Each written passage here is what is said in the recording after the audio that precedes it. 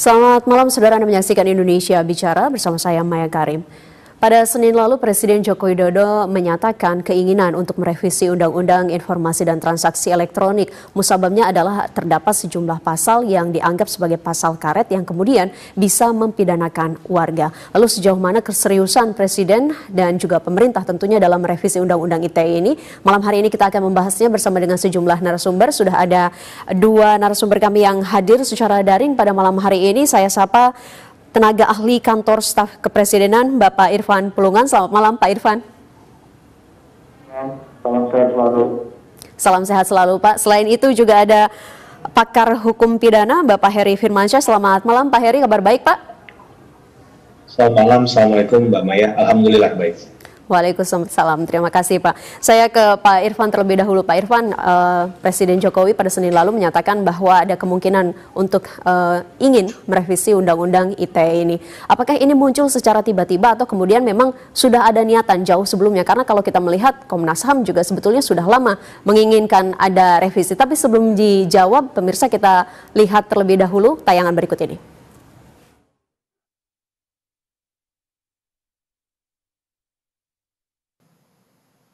Oleh karena itu, saya minta kepada Kapolri agar jajarannya lebih selektif, sekali lagi, lebih selektif mensikapi dan menerima pelaporan pelanggaran Undang-Undang ITE. Hati-hati, pasal-pasal yang bisa menimbulkan multitafsir harus diterjemahkan secara hati-hati. Kalau Undang-Undang ITE tidak bisa memberikan rasa keadilan,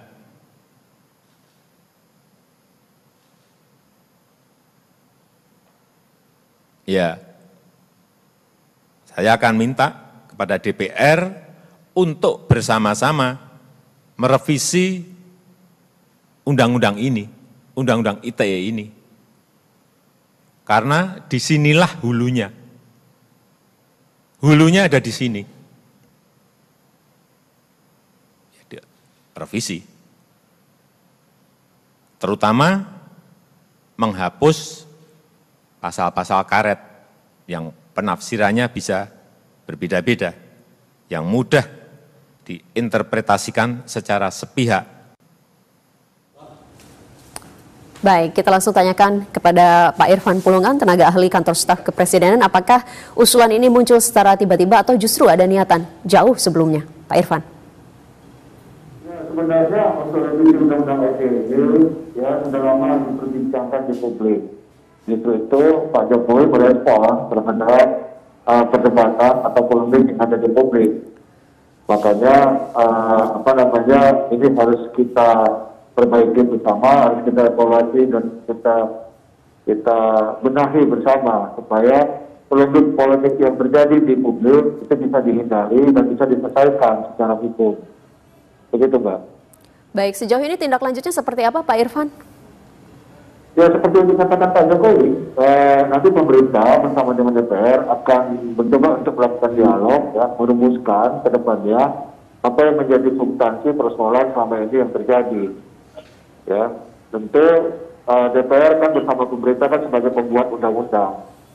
Tentunya makanya nanti akan didialogkan bersama dan meminta juga terhadap masukan-masukan dari stakeholder atau masyarakat yang memang mempunyai kepedulian terhadap perbaikan dan perubahan ataupun revisi terhadap undang-undang ini.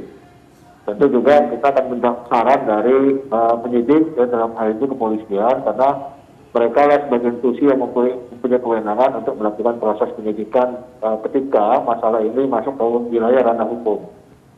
Baik, jadi kemudian jika nanti ini jadi direvisi, masyarakat dilibatkan ya tadi? Ya, kita minta partisipasi masyarakat, tentu pasti itu. Kapan Pak Irfan? Ya nanti kita koordinasikan, pasti pemerintah akan mengkoordinasikan dengan jajaran DPR. Kan Pak Jokowi sendiri telah menyampaikan nanti akan mendiskusikannya dengan jajaran DPR gitu. DPR kan hari ini kan masih reses ya, kalau nggak salah jadwalnya ya. Baik, Jadi artinya ini akan segera ditindaklanjuti. Saya ingin ke Pak Heri. Pak Heri, dari semenjak diberlakukan Undang-Undang ITE ini sebagai mana telah berlaku begitu, bagaimana penerapannya di masyarakat hingga sejauh ini dalam pengamatan Anda?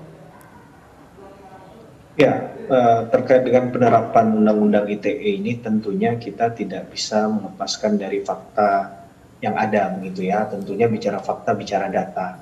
Banyak memang keluh kesah dari masyarakat terkait dengan penerapan hukum khususnya dalam Undang-Undang ITE. Saya pribadi beberapa kali juga kadang diminta oleh teman-teman kepolisian untuk menjadi ahli pidana dalam konteks Undang-Undang ITE. Yang kita sampaikan juga sama, bahwa undang-undang ini bisa multitafsir, jangan sampai nanti dianggap subjektivitasnya terlalu tinggi, sehingga perlu sangat berhati-hati dalam penerapannya. Apalagi bicara konteks hukum pidana ini adalah memberikan nestapa atau menderitakan seseorang. Tentunya ini harus betul-betul jadi prinsip dasar yang dipegang oleh teman-teman kepolisian dalam melakukan penanganan perkara Undang-Undang ITE. Nah, pasal-pasal yang sering digunakan dalam konteks ini adalah pasal 27, 28, dan sedikit di pasal 35. Nah, banyak yang kemudian teman-teman dari LSM yang concern terhadap isu-isu masalah hak asasi manusia, kemudian memberikan catatan khusus terkait penerapan Undang-Undang ITE.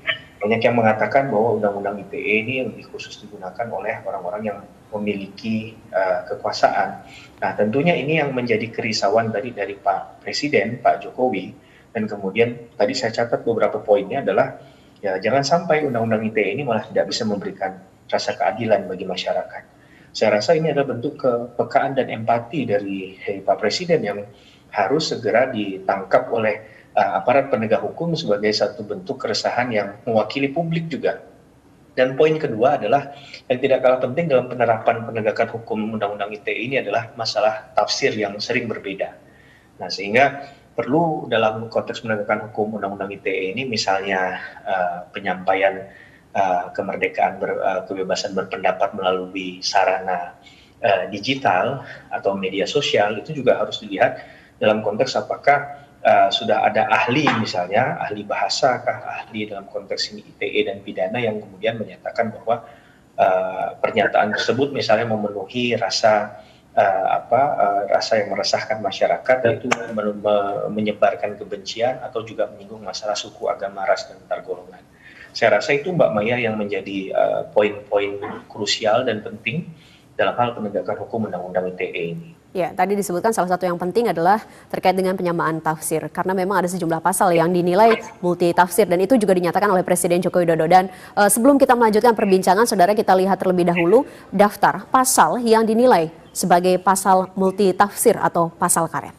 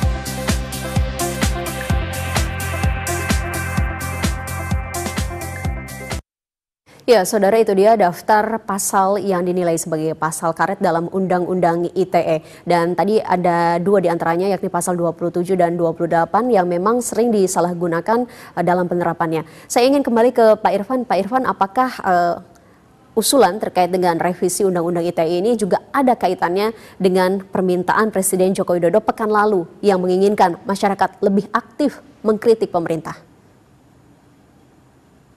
Kalau persoalan Undang-Undang ITE ini kan lebih banyak kepada persoalan pada wilayah hukum ya, ranah hukum. Kalau mengkritik itu lebih pada memberikan solusi kepada pemerintah. Jadi saya pikir kita bisa memberikan perbedaan antara wilayah kritik dengan wilayah hukumnya, Mbak.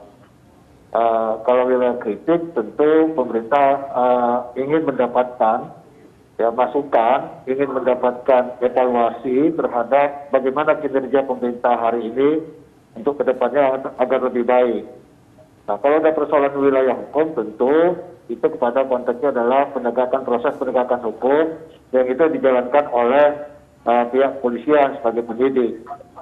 Jadi saya pikir dua perbedaan atau dua tempat wilayah yang bisa kita bedakan gitu.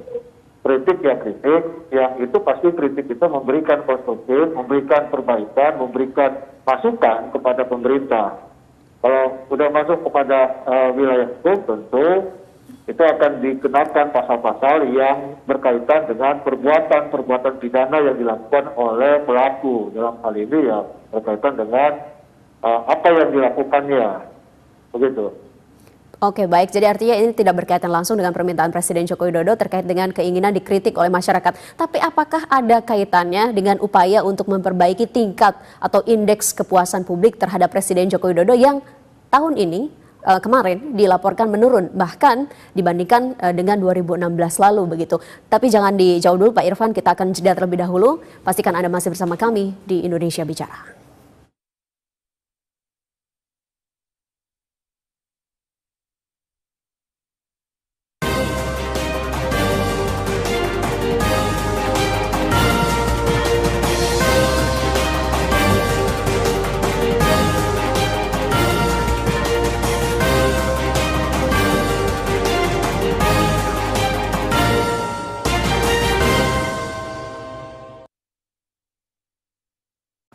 Terima kasih saudara, Anda masih bersama kami di Indonesia Bicara yang pada malam hari ini kami membahas terkait dengan wacana revisi Undang-Undang ITE.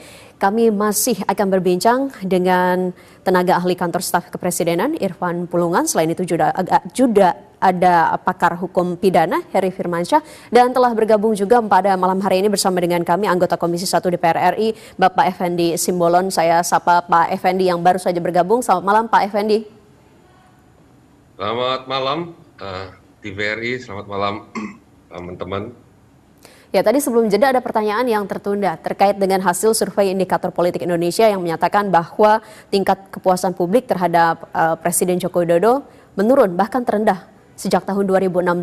Bagaimana ini Pak Effendi, Pak Irfan? Ya, itu kan memang hasil sebuah survei ya.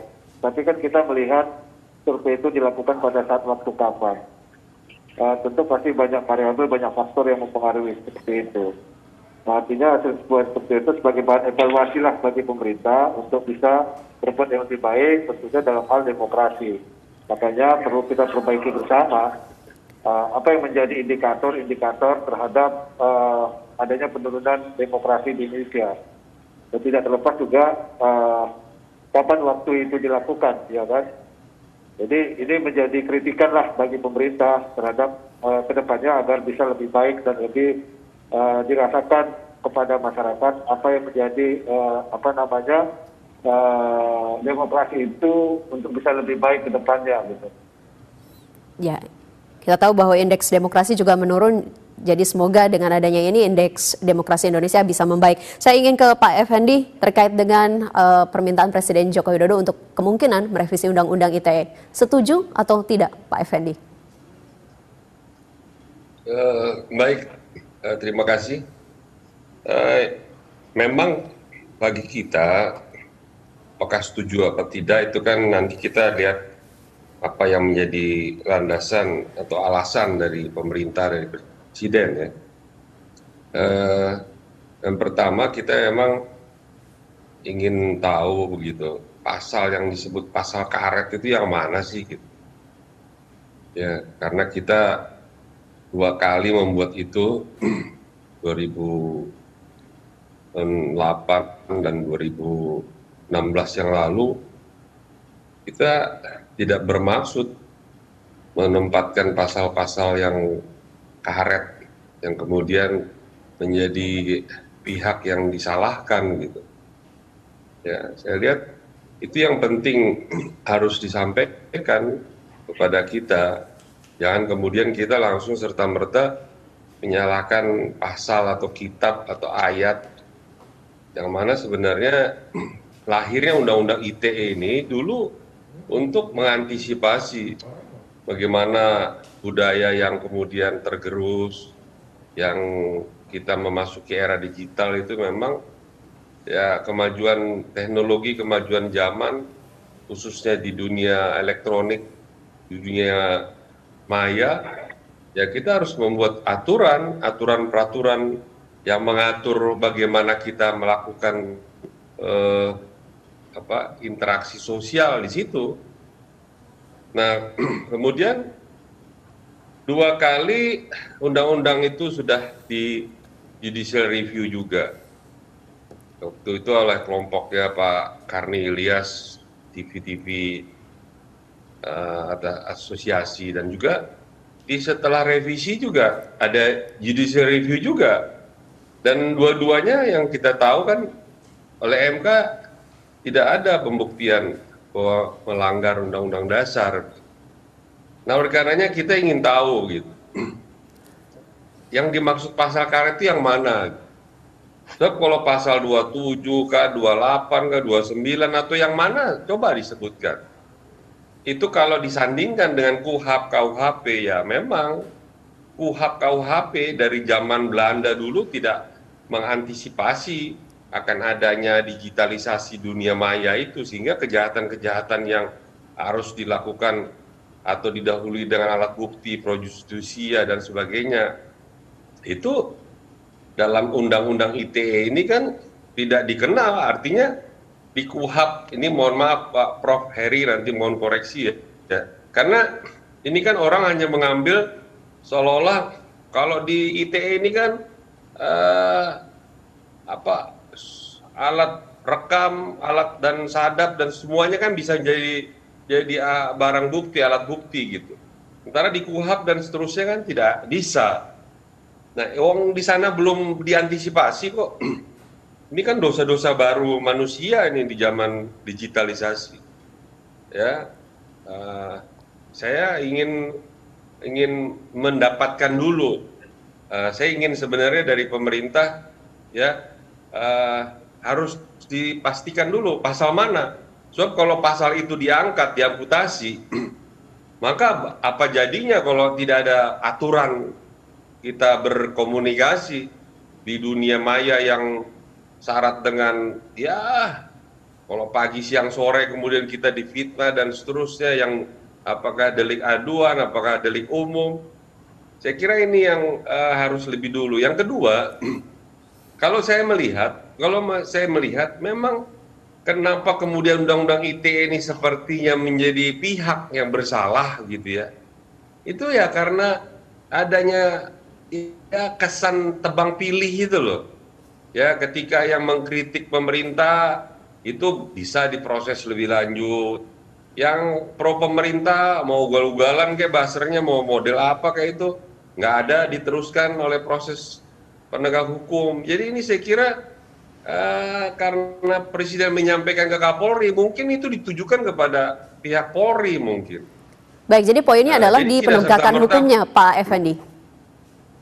Gimana? Jadi poinnya adalah di penegakan hukumnya, bukan di pasal-pasal yang dinilai karet tadi. Iya, makanya kalau memang disebut karet, yang mana yang karet? Setahu saya yang karet itu yang menafsirkan undang-undang dan pasal demi pasal yang ada di Undang-Undang ITE itu. Karena kalau itu kemudian diangkat, diamputasi, ya direvisi, yang mana? Apakah kita tidak perlu aturan mengatur tata laksana kita berbudaya, berbangsa, menjaga persatuan kesatuan kita? Pasal 28 itu yang syarat dengan masalah yang sangat kritis, ya. Dan ini satu hal, setelah di judicial review dan sebagainya, itu kan delik aduan itu dan juga harus bisa dibuktikan bahwa si pelaku itu kan dengan sengaja. Kasus yang Rumah Sakit Omni itu juga kan terbukti di pengadilan, di persidangan.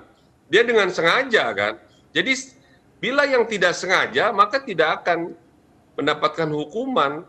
Jadi saya sekali lagi, ya itu hak dari pemerintah, hak DPR dan hak DPD untuk mengusulkan menginisiasi perubahan. Tapi hendaknya dipastikan dulu. Jangan kita kemudian menstigmakan bahwa itulah penyebab, itulah karena pasal-pasal karet itulah, maka kemudian banyaknya jatuh korban akibat Undang-Undang ITE. Itu yang bagi saya ya di DPR rasanya kurang pas itu. Baik, Itu Pak Heri, bagaimana Pak Heri menanggapi pernyataan dari Pak Effendi ini?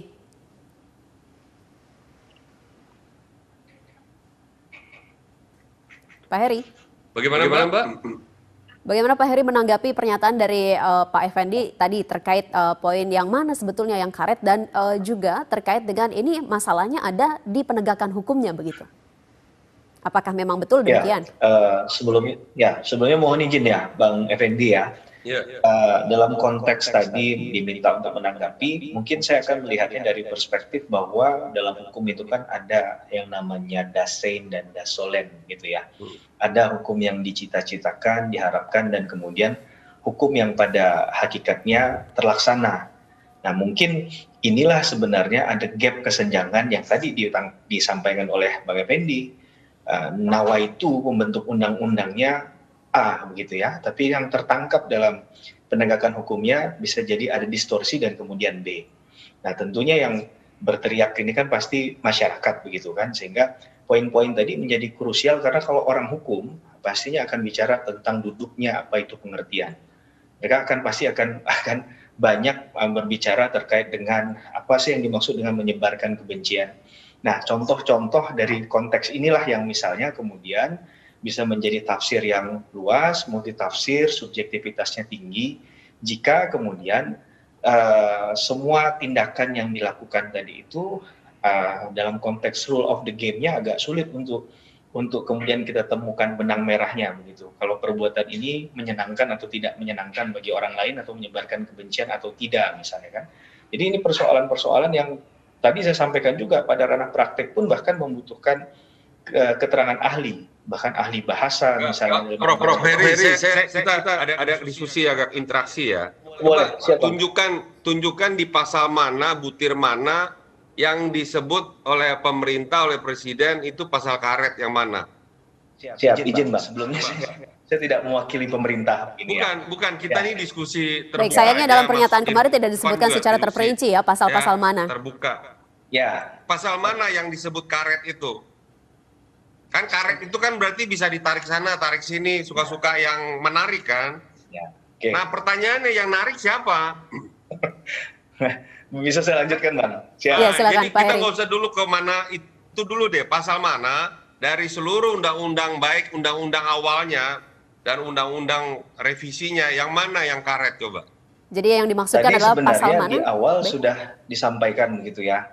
Ada banyak pasal primadona yang misalnya digunakan, pasal 27 ayat 3, pasal 28 ayat 2 tadi kan, itu kan sebenarnya di prolog awal sudah disampaikan tadi. Bicara tentang misalnya kelenturan dari pasal karet tadi, itu yang saya bilang menjadi tafsir yang menjadi domain yang kadang ada nilai subjektivitas di dalamnya. Apakah ini menyebarkan kebencian atau tidak? Tadi Abang sudah sampaikan juga, bahwa misalnya dalam konteks Undang-Undang ITE digunakan, mungkin dianggap sebagian orang untuk yang bagian kelompok yang ini dilakukan secara tegas begitu, sedangkan yang lainnya tidak, padahal memiliki katakanlah beberapa kriteria yang mungkin sama secara perbuatan. Nah iya, itu kan Mas Heri, kenapa pasalnya yang disalahkan? Sebenarnya saya izin Bang tidak menyampaikan dulu bahwa ini yang salah begitu kan. Tapi dalam konteks penegakan hukumnya memang beberapa persoalan yang muncul tadi adalah masalah tafsir. Sehingga tadi benar kata Pak Jokowi, Pak Presiden mengatakan harus hati-hati karena kerisauan beliau adalah jangan sampai yang kemudian dikerdilkan adalah rasa keadilan masyarakat. Baik, nah yang saya tangkap adalah poin besarnya adalah itu. bahwa Baik. dalam konteks ini penegakan hukum undang-undang ITE ini memang harus hati-hati. Sebenarnya dalam konteks domain yang lebih besar lagi, namanya hukum pidana, tadi saya sudah ulang, menestapakan orang, menderitakan orang, maka dia memang menjadi pilihan yang layaknya adalah last resort atau upaya terakhir, atau ultimum remedium. Nah, jadi persoalan-persoalan semacam ini kan yang kemudian harus diselesaikan, harus duduk bareng dari antara pemerintah dengan teman-teman DPR, sehingga tidak ada syakwa sangka. Bukan Mas Heri Baik. belum menjawab. Mas Heri itu kayak ini, kayak Tahan dulu Pak Heri, tahan dulu to the juga Pak point. Effendi. Saya ingin ke Pak Irfan terlebih dahulu. Baik, Pak Irfan, sebetulnya apa yang merisaukan Presiden Jokowi? Gini, to the point aja, pasalnya buka di sini mana ya? Baik. Yang ngaret itu yang mana? Baik, Karena kita hafal mati kita tunda ini. dulu, kita tunda buat dulu. ini Saya ingin ke Pak Irfan. Pak Irfan, Tadi sudah disampaikan, Bang. baik, Pak Irfan, apa yang sebetulnya membuat Presiden ini risau begitu sehingga mewacanakan revisi Undang-Undang ITE? Ya, ini kan banyak terjadi polemik di publik, di masyarakat terhadap persoalan hukum yang terjadi, ya, saling lapor sana sini. Nah, ini makanya Presiden tentunya memperhatikan kondisi yang terjadi di publik, di masyarakat. Ya, memang teknologi itu kan sebuah keniscayaan. Kita tidak bisa membendung, kita tidak bisa menolak sebuah teknologi. Hari ini begitu cepatnya perubahan teknologi, begitu cepatnya media sosial ini ya secara masif berkembang dari pelosok dunia ini gitu. Nah, ini kan harus kita antisipasi, ini juga kita harus benahi. Kalau dulu kita tentu untuk berinteraksi itu bisa secara fisik, hari ini bisa secara virtual. Hari ini aja lah kita dialog ini. Kita nggak datang ke studio TVRI, tapi kita bisa menggunakan teknologi. Nah, ini kan sesuatu yang hal baru ya, di teknologi tentu untuk persoalan hukumnya belum bisa kita belum kita bisa akomodir untuk persoalan-persoalan sanksi hukumnya ketika memang ada orang yang melakukan perbuatan pidana yang merugikan orang lain. Nah, ini yang harus kita benahi bersama. Karena Baik. kita tidak mungkin untuk menyalahkan sebuah teknologi, kita tidak mungkin menyalahkan misalnya interaksi sosial di dunia maya, ya, seperti itu. Jadi pembenahan ruang publik di digital itu memang harus kita benahi bersama. Makanya pemerintah dalam hal ini Pak Jokowi merespon terhadap itu begitu tingginya tingkat polemik yang terjadi di publik, di masyarakat begitu. Baik, terkait dengan polemik yang muncul di masyarakat kan ini sebetulnya sudah lama terkait dengan Undang-Undang ITE ini. Tapi kemudian kenapa baru muncul sekarang keinginannya dan apakah terlepas dari adanya usulan terkait dengan revisi Undang-Undang ITE ini atau tidak begitu? Sebetulnya Pak Jokowi ini terbuka tidak untuk kritik dari masyarakat? Tadi saya katakan Mbak, kritik sama wilayah ranah hukum itu pasti jauh berbeda. Kalau sudah menyangkut tentang Undang-Undang ITE, pasti ada produk atau ada peristiwa, ada perbuatan pidana yang terjadi. Kritik ya kritik untuk membangun, mengevaluasi bagaimana kinerja pemerintah untuk lebih baik. Tapi kalau sudah memakai Undang-Undang ITE, tentu menyangkut pada persoalan hukumnya, ya. Itu yang dikatakan Pak Jokowi, mungkin terjadi polemik, hulunya itu ada di persoalan bagaimana interaksi sosial ya yang terjadi di dunia maya, di dunia digital. Inilah yang mungkin harus kita benahi bersama.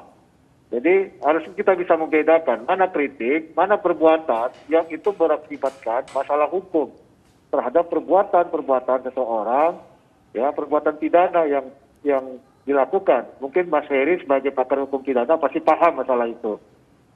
Baik, tentu kita nantikan bersama bagaimana tindak lanjut dari wacana revisi Undang-Undang ITE dari Istana. Terima kasih tenaga ahli kantor staf kepresidenan Pak Irfan Pulungan telah bergabung bersama kami. Selamat malam Pak Irfan. Terima kasih. Salam. Bang semuanya, Bang Effendi, Pak Heri, salam sehat selalu untuk kita semua. Salam sehat. Saya izin. Mau kemana, Baik. Pak Irfan?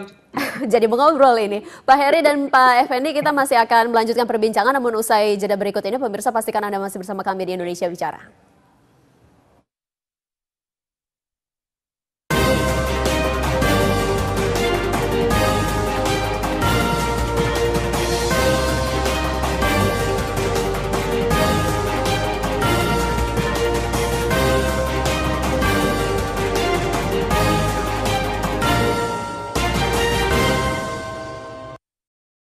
Anda kembali menyaksikan Indonesia Bicara, kami masih membahas terkait dengan wacana revisi Undang-Undang ITE. Dan selain dua narasumber yang telah bergabung bersama kami sejak tadi, ada Pak Heri dan Pak Effendi, saya akan sapa narasumber kami selanjutnya pada malam hari ini, pengamat media sosial, ada Mas Enda Nasution. Selamat malam Mas Enda. Halo, selamat malam. Baik, sudah tersambung dengan baik, namun sebelumnya saya ingin kembali ke Pak Effendi. Pak Effendi, ini yang jadi perdebatan adalah terkait dengan misalkan salah satu pasal terkait dengan pencemaran nama baik. Ada perbedaan antara kritik dengan menghina. Bagaimana kemudian bisa membedakan kritik dan menghina ini kalau tidak diperjelas pasalnya, Pak Effendi? Ya, saya kembali ke tema ya. Kalau ingin dilakukan revisi, monggo aja. Tapi sebelumnya dijawab dulu atas tuduhan bahwa yang menjadi penyebab katanya karut marut orang saling fitnah, saling lapor itu katanya pasal-pasal yang di undang-undang ini pasal karet. Nah, saya mau tanya, pasal karet itu yang mana? Titik koma pasal karet itu yang mana? Coba tunjukkan, buka dari awal sampai akhir. Jadi jangan kita salahkan undang-undang, pasal, kitab yang nggak ada salahnya, kemudian kita menutupi kesalahan para penegak hukum yang menarik sana menarik segala macam. Itu coba lihat. Tadi penjelasan pemerintah aja, ini banyaknya keprihatinan atas saling melapor. Di situ udah jelas delik aduan itu yang ngadu harus yang korban, yang merasa korban. Ya, kalau A, Effendi merasa korban, Effendi yang melapor. Nggak bisa yang dirugikan si A, yang lapor si C, nggak bisa. Ini yang terjadi kan pembiaran sekarang, malah ada bisnis baru saya lihat. Ada kayak kelompok-kelompok yang kemudian jadi pelapor-pelapor gitu, apa aja pelapor. Mimpi pun dilaporin, semua repot lah Republik kita. Nanti orang bernapas dilaporkan. Kenapa kamu? Karena bau kamu. Aduh repot dong. Undang-undang ITE itu nggak dibentuk, nggak dilahirkan untuk urusan itu. Jadi kenapa urusannya di penegak hukum, urusan di oknum perilaku para penegak hukum, di kepolisian, di kejaksaan, kenapa ujung-ujungnya urusan undang-undang yang salah? Saya itu dulu lah kepada pemerintah, kepada presiden tanya, Pak, yang Bapak maksud pasal karet itu yang mana Pak? Jadi artinya DPR menunggu ya? Karena ini dua kali dia dilahirkan, direvisi. 2 kali juga di judicial review oleh masyarakat. Oleh MK semuanya tidak disetujui. Sehingga di mana kemudian pasal karetnya? Baik. Bahwa ingin direvisi, diperbaiki ya monggo. Tapi jangan kemudian dijustifikasi bahwa seolah-olah pasal-pasal itulah yang menjadi penyebab karut-marutnya masyarakat. Beda, kita berdialog agak panjang lah kalau waktunya cukup. Baik, artinya DPR menunggu pasal-pasal mana yang kemudian ingin direvisi oleh pemerintah ya Pak Effendi. Saya selanjutnya ingin beralih ke Mas Enda. Mas Enda, terkait dengan Undang-Undang ITE ini, apakah kemudian sempat selama beberapa tahun ini membatasi kegiatan untuk berekspresi dari teman-teman khususnya di pegiat media sosial? Kalau membatasi rasanya juga nggak gini ya. Mungkin saya menanggapi Pak Effendi juga ya Pak. Baik. Izin. Bahwa disebut dengan pasal karet, saya rasa juga sejak yang ada di KUHP kan seringkali jadi protes civil society ya, bahwa pasal ini bisa digunakan untuk hampir apa saja gitu. Batasannya sangat luas. Kalau saya merasa terhina atau saya merasa dicemarkan, maka saya bisa melaporkan. Mungkin itu Pak yang dimaksud dengan pasal karet itu. Tapi kalau menurut saya masalahnya bukan itu ya. Masalahnya menurut saya adalah jangan dibandingkan KUHP KUHAP dengan ITE. Di KUHP KUHAP memang tidak ada yang namanya alat bukti itu dari seluruh elektronik, nggak ada, nggak boleh. Pro justisianya harus alat bukti yang fisik. Baik, dilanjutkan Mas Enda. Jangan disandingkan begini. Karena kan undang-undang ITE ini juga merujuk jadi pada nggak ada KUHP karetnya. itu, Pak. Ya? Undang-undang ITE ini kan merujuk spesialis. Belum bisa kepada menjawab KUHP. itu karet.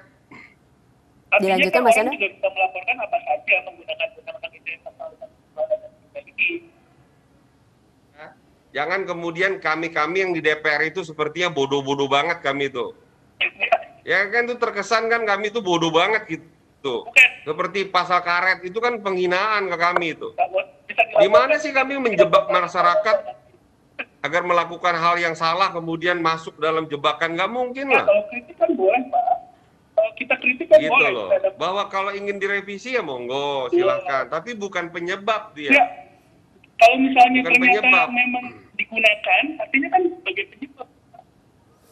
Baik, Ini suaranya audio hilang, dari Mbak. Mas Enda kurang terdengar dengan baik. Mas Enda, tapi tolong mohon dilanjutkan tadi terkait dengan bagaimana teman-teman menyikapi wacana undang-undang revisi undang-undang ITE ini, Mas Enda. Ya, kalau menurut saya sependapat dengan Pak Budi, ya, bahwa kemudian kalau memang mau ada langkah untuk direvisi, kedua silakan. Itu pekerjaannya pemerintah. Sudah pernah ada sudah direvisi juga, Pak. Nah, jadi kalau memang ditanya perlu silakan didiskusikan. Tapi ini strategi jangka panjang. Nah, strategi jangka panjang karena saya yakin juga proses itu sudah dapat. Direvisi tahun 2015 juga tidak bentar waktunya. Tapi yang terjadi sekarang lalu apa? Undang-undang ITE-nya sendiri, saya lihat jarang yang sampai ke proses pengadilan, tapi hanya sekedar dipakai untuk sebagai alat intimidasi saja. Jika ada orang yang mengkritik atau punya perbedaan pendapat. Gitu. Jadi yang seringkali muncul di media kan cuma sebagai barang pelaporan saja. Berapa banyak sih dari pelaporan itu sampai dilakukan? Sedikit menurut saya. Gitu. Jadi yang jadi masalah adalah undang-undang yang sudah digunakan sebagai alat intimidasi, dan ini pasti bisa karena memang undang-undangnya ada. Nah, lalu saya setuju bahwa ada strategi jangka pendek di sini sambil menunggu kalau memang perlu ya dibicarakan di DPR untuk kemudian strategi jangka pendeknya menurut saya penegak hukum Kapolri bisa mengeluarkan semacam surat edaran yang memberikan panduan untuk seluruh penegak hukum di 34 provinsi yang punya pengalaman dan pengetahuan yang berbeda juga. Bagaimana cara menerima laporan yang bersangkutan dengan undang-undang itu menurut saya. Yang kedua adalah pemerintah dalam hal ini Presiden Jokowi juga bisa membuat semacam himbauan. Mbak, ini suaranya nggak kedengeran, Mbak. Kita nggak tahu Baik. nih diskusinya nih, Mbak. Baik, kita jeda dulu dengan Mas Enda, tapi satu yang tadi saya tangkap adalah harus ada persiapan ataupun harus ada rencana jangka pendek selama ini menuju ke revisi. Kira-kira apakah itu memungkinkan untuk dilakukan, Pak Heri? Apa yang bisa kita lakukan sambil menunggu ini menuju ke revisi begitu? Oh ya, tentunya kalau bagian revisi nanti bagiannya Bang Effendi ya. Saya nggak akan mendahului itu, tapi yang ingin kita tekankan adalah setiap undang-undang ya, bukan hanya undang-undang ITE, revisi itu adalah sebuah keniscayaan mungkin. Karena mungkin daya lakunya mungkin sudah dianggap tidak kompatibel lagi misalnya, atau memang ada hal-hal yang perlu diperbarui sesuai dengan kontekstualnya. Contohnya adalah variabel kata. Karena tadi saya katakan dari awal bahwa agar ini tidak terjadi multitafsir, tentunya perlu ada penjelasan yang lebih rigid lagi terkait dengan variabel kata yang bisa mengundang dalam tanda petik tadi tafsir-tafsir yang berbeda dalam aparat penegak hukum, dalam hal penegakan hukum tentunya. Contohnya misalnya bahasa kalau ada menyinggung kata sara misalnya di pasal 28 ayat 2, kata suku, agama, ras itu mungkin clear lah bagi banyak orang. Tapi ketika masuk ke kata antar golongan misalnya, ini yang banyak perdebatan yang muncul di publik, misalnya apakah institusi itu juga masuk dalam konteks antar golongan. Ada yang kemudian merujuk pada putusan Mahkamah Konstitusi yang mengatakan bahwa definisi antar golongan itu adalah definisi yang bahkan memang broad banget sangat luas karena dianggap di luar dari konteks yang ada diatur dalam hukum ketatanegaraan. Nah, ini masih diperlukan penjelasan lebih lanjut karena kita tidak ingin juga ketika kita membaca satu pasal kemudian di bawah di ketentuan umumnya kita lihat hanya dua kata saja cukup jelas. Nah, ini agar tidak terjadi tadi salah penerapan hukumnya, kemudian tidak saling menyalahkan karena bagaimanapun tadi di satu sisi semangat dari pembentuk undang-undang tadi sudah disampaikan Bang Effendi demikian gitu kan. Nah, itu yang dipahami bahwa nawaitunya baik begitu. Yang kita inginkan sebagai masyarakat dalam konteks yang netral tidak melihat dari perspektif pemerintah maupun legislatif adalah agar pesan itu tersampaikan. Nah, sehingga tadi kalau memang ada revisi, maka komunikasi yang harus dijalin. Tentunya kepentingan masyarakat yang diutamakan. Nah, saya yakin dan percaya kalau itu jadi poinnya, maka kita tidak akan kemudian berdebat bahwa ini salahnya siapa. Karena tadi sudah kembali di awal bahwa konteksnya dalam undang-undang pasti ada gap, ada kesenjangan dalam pelaksanaan. Nah, itu yang perlu kita cari, apakah tafsirnya yang salah, apakah kemudian memang perlu ada penjelasan lebih detail terkait dengan kata-kata tadi dalam konteks pasal tersebut. Itu salah satu yang kemudian bisa saya sampaikan gitu. Baik. Gitu Mbak Maya. Baik, harus ada penjelasan lebih detail terkait dengan pasal-pasal tersebut. Saya ingin kembali ke Pak Effendi. Jika menambahkan penjelasan mungkin bisa dilakukan, tapi ada kemungkinan juga bahwa kemarin dalam pernyataannya Presiden juga menyebutkan ada satu kata, menghapus. Ini bagaimana nih Pak Effendi? Maksudnya gimana ya? Saya tuh gini ya, kita itu bingung, di Republik ini bingung. Yang penyebabnya apa, yang salahnya apa, yang mau direvisi apa coba. Kamu mau jadiin apa sih itu undang-undang? Mau jadiin kitab suci? Selama pelaksananya, menafsirnya semaunya ya sama aja. Jadi ngapain sih kita ngerepotin diri, mencari-cari alasan memperbaiki undang-undang ITE yang sudah baik itu? Kita perlu ada aturan mengatur kita, mengatur saya, mengatur Prof. Heri, mengatur Pak Enda, untuk berkomunikasi di dunia digital, di dunia maya itu. Dan ini memang era kekinian karena kemajuan teknologi, belum bisa diadopsi, diantisipasi ketika KUHP dulu zaman Belanda, nggak ada mengantisipasi itu. Maka kemudian undang-undang itu jangan dulu dikutak-atik, malah harusnya ditingkatkan daya tegaknya. Agar kita ini, karena kesalahan di dunia maya, itu tidak bisa dihapuskan. Orang yang sudah meninggal, datanya masih ada itu seumur hidup selama sedunia ini ada. Makanya hak untuk dihapus, hak segala macam tidak ada di KUHP, tidak ada di KUHP itu. Nah, kita perdebatannya panjang lah. ITE sekali lagi bukanlah KUHP atau KUHP. Dia adalah mengantisipasi kemajuan zaman di zaman kekinian di dunia virtual. Ya. Jadi kenapa itu kemudian ketika dia dilahirkan dulu sampai dengan direvisi, itu aman-aman aja itu. Bahwa yang kasus Omni itu juga akhirnya terbukti dia dengan sengaja. Kalau tidak sengaja nggak akan dihukum kok. Bahwa di zaman kini sekarang si Mas Heri yang dihina, tapi yang ngaduin ada kelompok 3-5 orang gitu, anak-anak muda yang grup ini. Jadi kayak bisnis baru itu. Kayak bisnis baru, kayak buzzer di dunia maya, ini buzzer nyata ada gitu. Baik. Ada bisnis baru itu, ada mata pencarian baru. Oh, pengaduan habis itu diterima.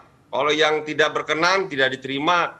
Nah, kemudian timbullah itu ada pro kontra. Nah, kenapa ujung-ujung yang disalahin si pasal dan si undang-undangnya? Baik. Saya ingin ke Mas Enda. Mas Enda, tadi sedikit menyinggung Pak Effendi adalah terkait dengan, baik sebentar, terkait dengan soal buzzer. Sebenarnya teman-teman di pegiat media sosial ini dalam pengamatan Mas Enda lebih takut ke undang-undang ITE atau ke buzzer? Sebenarnya gini ya, kalau juga terjadi seolah-olah ketakutan untuk berekspresi atau mengungkapkan pendapat, saya rasa juga nggak selamanya benar ya.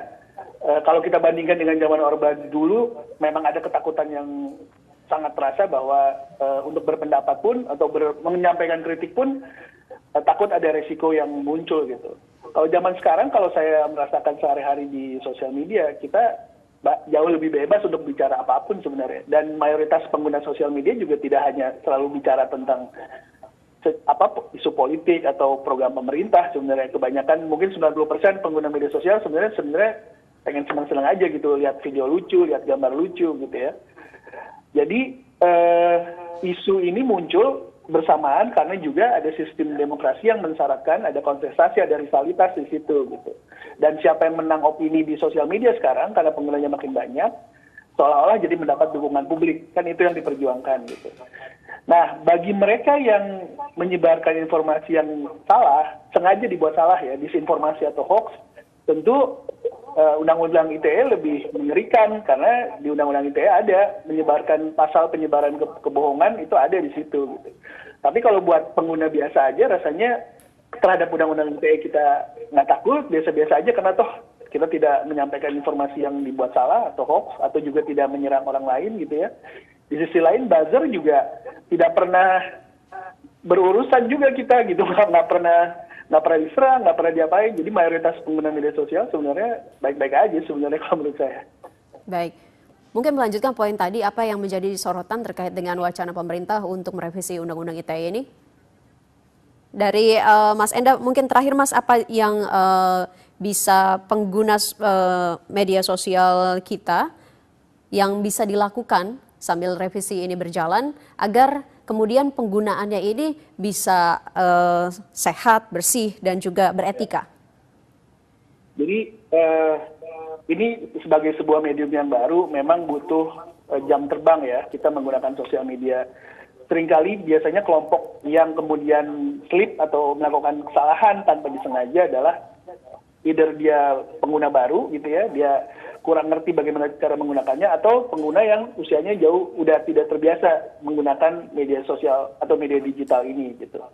Nah, agar kita terhindar dari masalah, sebenarnya tips paling gampang adalah jangan mengutarakan atau jangan mengucapkan atau mempostingkan sesuatu jika kita tidak akan mengatakan hal yang sama jika kita berhadapan langsung. Jadi jangan ngomongin orang di belakang dan jangan bersembunyi di belakang sebuah akun juga gitu. Yang lain tentunya ada banyak ya, termasuk misalnya jangan menggunakan atau posting sesuatu menggunakan atau berkomunikasi, berinteraksi dalam kondisi emosional juga jangan. Jangan kemudian dijadikan media sosial sebagai ajang untuk caci maki atau bahkan untuk menyerang orang gitu.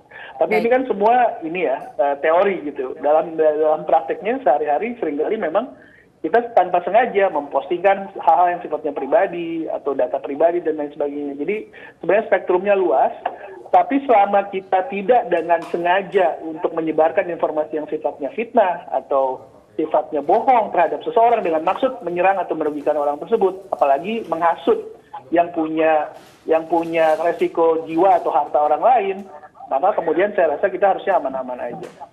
Baik, saya ingin Pak Heri, apa yang bisa kita lakukan sekarang sambil menunggu revisi ini berjalan agar juga revisinya menuju ke arah perbaikan yang jauh lebih bermanfaat lagi? Ya, mungkin kalau itu pertanyaannya, maka jawaban yang paling mungkin adalah ya dipersiapkan secara tepat bagaimana informasi ke masyarakat luas begitu ya terhadap penerapan Undang-Undang ITE ini maupun penggunaan media sosial yang paling dekat dengan persoalan penegakan hukum Undang-Undang ITE. Sehingga kuncinya adalah edukasi dan sosialisasi yang lebih jauh lagi. Karena memang ini terkait dengan maraknya perkara-perkara Undang-Undang ITE, tadi yang kemudian bisa kita jelaskan ke publik bahwa sebenarnya ini masalah untuk menjaga ketertiban bersama. Karena kita bicara dalam konteks tujuan hukum pidana, dalam ketentuan pidana di undang-undang ini memang ya tidak sanksi pidananya tidak sedikit juga gitu, sehingga membuat orang itu sangat was-was, apalagi mereka sekarang ini kan dunia